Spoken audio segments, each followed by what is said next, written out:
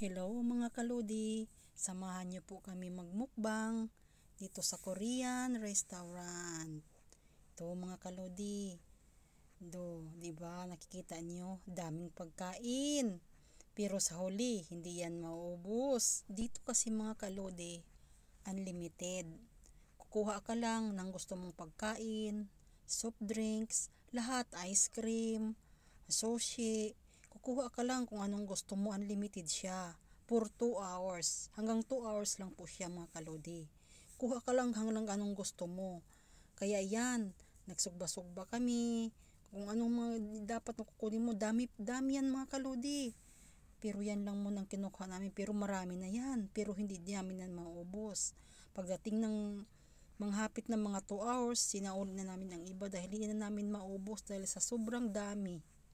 Ikaw na talagang magsasawa. Pati yung may mga ice cream, hindi nga namin nakakain na yung ice cream dahil busog na di ba? Yan mga kalodi. Enjoy lang natin ang life, di ba? Yan. Sarap sugba-sugba. Sugba, sige. Sugba. Ay nako mga kalodi. Yan talaga, enjoy na lang natin ng life tuwing di off, yan. Siya nga pala mga kaludi, dalawa lang kami ng pinsan ko dito. Yan niya sama upuan lang siya. At habang ako po naman ay ng sugsugba. Ay grabe. Sige, kain lang kayo, kain lang, walang problema. Basta sabi pa nila, bawal daw magtapon ng pagkain. Kaya kung ano ang pagkain na ilalagay mo dyan, kailangan ubusin. Dahil ang may-ari po ng ganyang restaurant, once nakikita ka nila na magtatapon ng pagkain na hindi mo inuubos, babayaran nyo po, times 2 po ang ibabayaran mo yan. Dahil bawal nga magtapon, syempre naman magtatapon ka ng mga pagkain, di ba? Oo, sa bagay, binabayaran mo naman, pero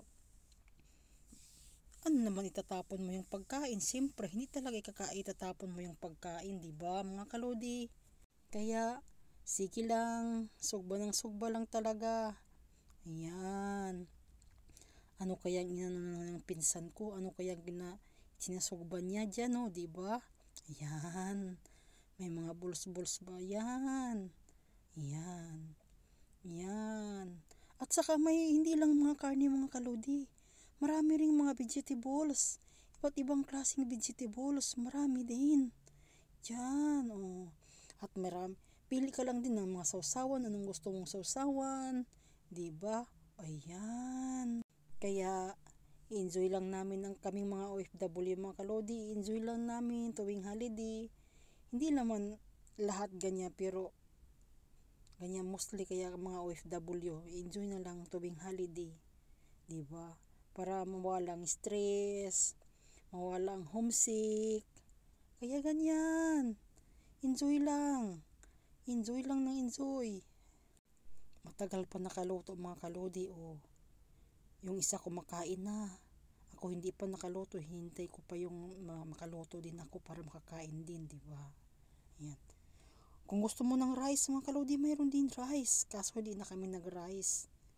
Puro ulam na lang ang kinuha namin. Hindi na lang kami nag-rice. Ayan. Sige, baliktarin mo na yan. Ayan. Sige. Baliktad.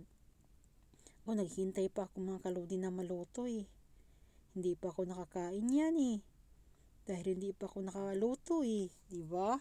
Ayan. Yan talaga mga kalodi. Kaya, yan. Sige, ayan na siya. Ayan na. Nakakain na pala. Yan na po ako. Sige.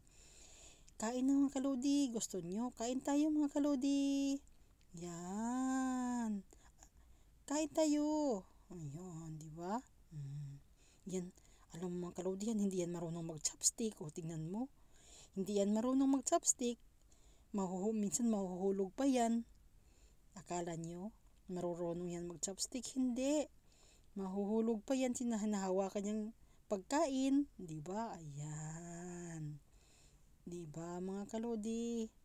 Kaya enjoy lang ang life natin. Diba? Ayan. Iwan ko ano ko nang hinahanap niya eh. Ayan.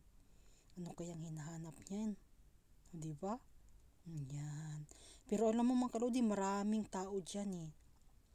Marami, hindi lang yung kami.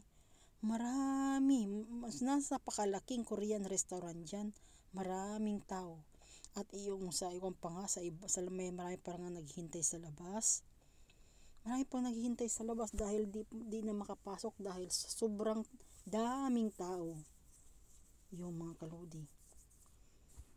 Kaya kami nga inagahan na lang namin pupunta doon.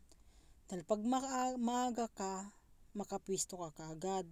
Pero yung malit ka na, siyempre maghintay ka pa sa labas, diba? Dito naman tayo sa sushi.